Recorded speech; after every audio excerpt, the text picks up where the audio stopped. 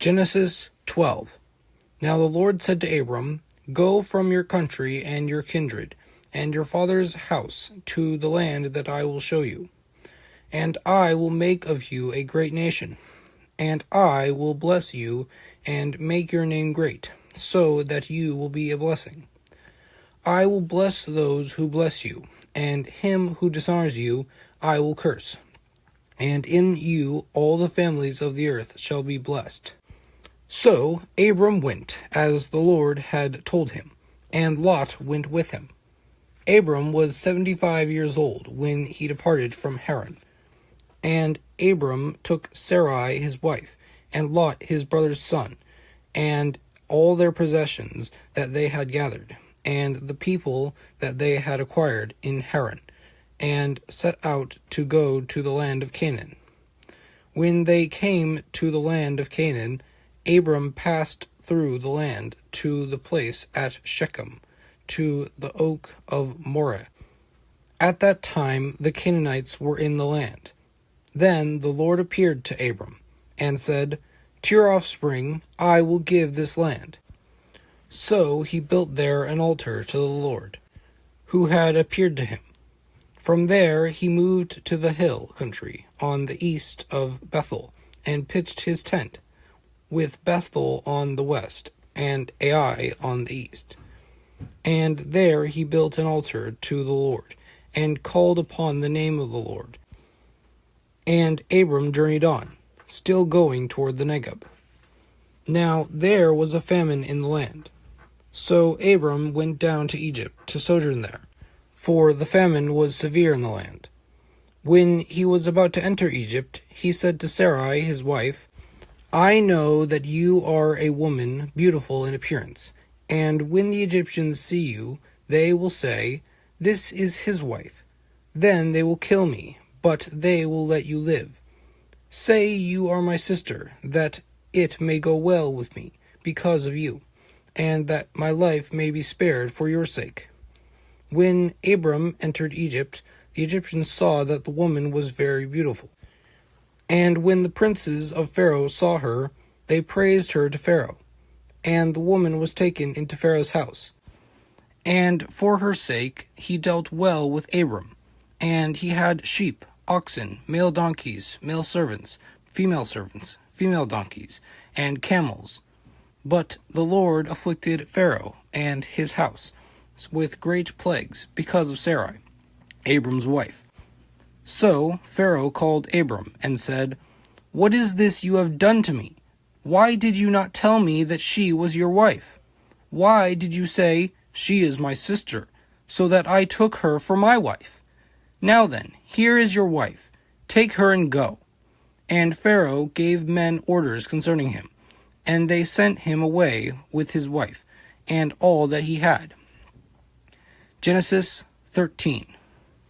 So Abram went up from Egypt, he and his wife, and all that he had, and Lot with him into the Negeb.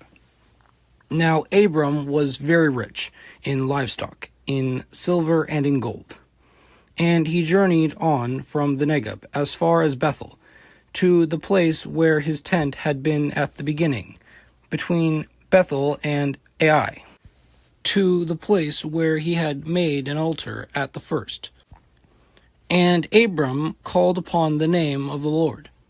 And Lot, who went with Abram, also had flocks and herds and tents, so that the land could not support both of them dwelling together. For their possessions were so great that they could not dwell together.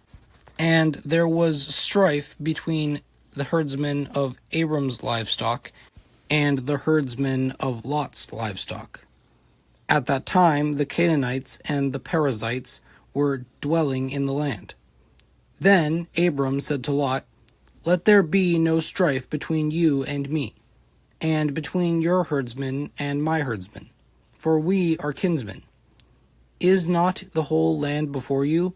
Separate yourself from me. If you take the left hand, then I will go to the right, or if you take the right, then I will go to the left. And Lot lifted up his eyes, and saw that the Jordan Valley was well watered everywhere, like the garden of the Lord. like the land of Egypt, in the direction of Zoar. This was before the Lord destroyed Sodom and Gomorrah. So Lot chose for himself all the Jordan Valley, and Lot journeyed east. Thus they separated from each other. Abram settled in the land of Canaan, while Lot settled among the cities of the valley, and moved his tent as far as Sodom. Now the men of Sodom were wicked, great sinners against the Lord. The Lord said to Abram, after Lot had separated from him, "Lift up your eyes, and look from the place where you are, northward and southward, and eastward and westward. For all the land that you see, I will give to you, and to your offspring forever. I will make your offspring as the dust of the earth, so that if one can count the dust of the earth, your offspring also can be counted. Arise, walk through the length and the breadth of the land, for I will give it to you." So Abram moved his tent and came and settled by the oaks of Mamre, which are at Hebron, and he built an altar to the Lord. Genesis 14. In the days of Amraphel, king of Shinar, Arioch, king of Elasar, Chirachalamer, king of Elam, and Tidal, king of Goyim, these kings made war with Bera, king of Sodom, Bersha, king of Gomorrah, Shinab, king of Admah, Sheember, king of Zeboim, and the king of Bela, that is, Zor. And all these joined forces in the valley of Siddim, that is, the Salt Sea. 12 years they had served Chedorlaomer, but in the 13th year they rebelled. In the 14th year, Chedorlaomer and the kings who were with him came and defeated the Rephaim in Ashtaroth, Karnaim, the Zuzim in Ham, the Emim in Shaveh Kiriathaim, and the Horites in their hill country of Seir, as far as El Paran, on back, and came to En Mishpat, that is, Kadesh, and defeated all the country of the Amalekites, and also the Amorites, who were dwelling in Hazazon Tamar. Then the king of Sodom, the king of Gomorrah, the king of Admah, the king of Zeboim, and the king of Bela, that is, Zor, went out, and they joined battle in the valley of Siddim, with Chedorlaomer, king of Elam, Tidal, king of Goyim, Ampharel, king of Shinar, and Arioch, king of Elasar, 4 kings against 5. Now the valley of Siddim was full of bitumen pits, and as the kings of Sodom and Gomorrah fled, some fell into them, and the rest fled to the hill country. So the enemy took all the possessions of Sodom and Gomorrah, and all their provisions, and went their way.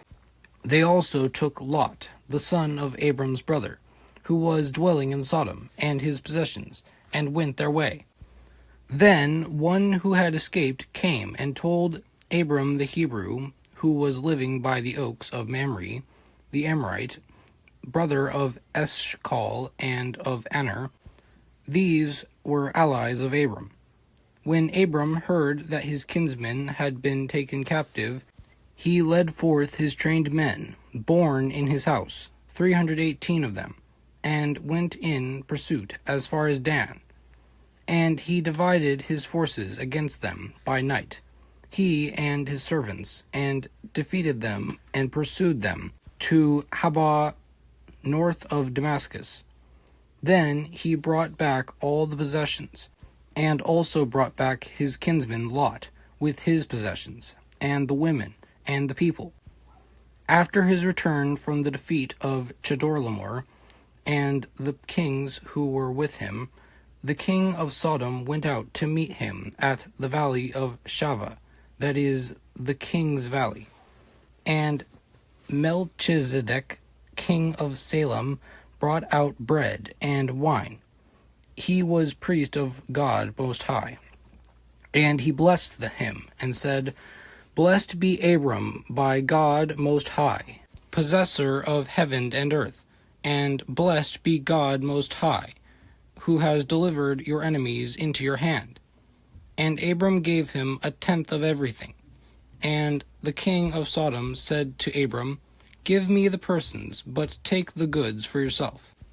But Abram said to the king of Sodom, I have lifted my hand to the Lord, God Most High, possessor of heaven and earth, that I would not take a thread or a sandal strap or anything that is yours, lest you should say, I have made Abram rich. I will take nothing but what the young men have eaten, and the share of the men who went with me. Let Aner, Eshcol, and Mamre take their share. Genesis 15. After these things, the word of the Lord came to Abram in a vision. Fear not, Abram, I am your shield. Your reward shall be very great. But Abram said, O Lord God, what will you give me? For I continue childless, and the heir of my house is Eliezer of Damascus. And Abram said, Behold, you have given me no offspring, and a member of my household will be my heir. And behold, the word of the Lord came to him, This man shall not be your heir. Your very own son shall be your heir. And he brought him outside, and said, Look toward heaven, and number the stars, if you are able to number them. Then he said to him, So shall your offspring be. And he believed the Lord, and he counted it to him as righteousness. And as he said to him, I am the Lord who brought you out from Ur of the Chaldeans, to give you this land to possess. But he said, O Lord God, how am I to know that I shall possess it? He said to him, Bring me a heifer 3 years old, a female goat 3 years old, a ram 3 years old, a turtle dove, and a young pigeon. And he brought him all these, cut them in half, and laid each half over against the other. But he did not cut the birds in half. And when the birds of prey came down on the carcasses, Abram drove them away. As the sun was going down, a deep sleep fell on Abram, and behold, dreadful and great darkness fell upon him. Then the Lord said to Abram, Know for certain that your offspring will be sojourners in a land that is not theirs, and will be servants there, and they will be afflicted for 400 years. But I will bring judgment on the nation that they serve, and afterward they shall come out with great possessions. As for you, you shall go to your fathers in peace. You shall be buried in a good old age, and they shall come back here in the 4th generation, for the iniquity of the Amorites is not yet complete. When the sun had gone down, and it was dark, behold, a smoking firepot and a flaming torch passed between these pieces. On that day the Lord made a covenant with Abram, saying, To your offspring I give this land, from the river of Egypt to the great river, the river Euphrates, the land of the Kenites, the Kezanites, the Kadmonites, the Hittites, the Perizzites, the Rephaim, the Amorites, the Canaanites, the Girgashites, and the Jebusites.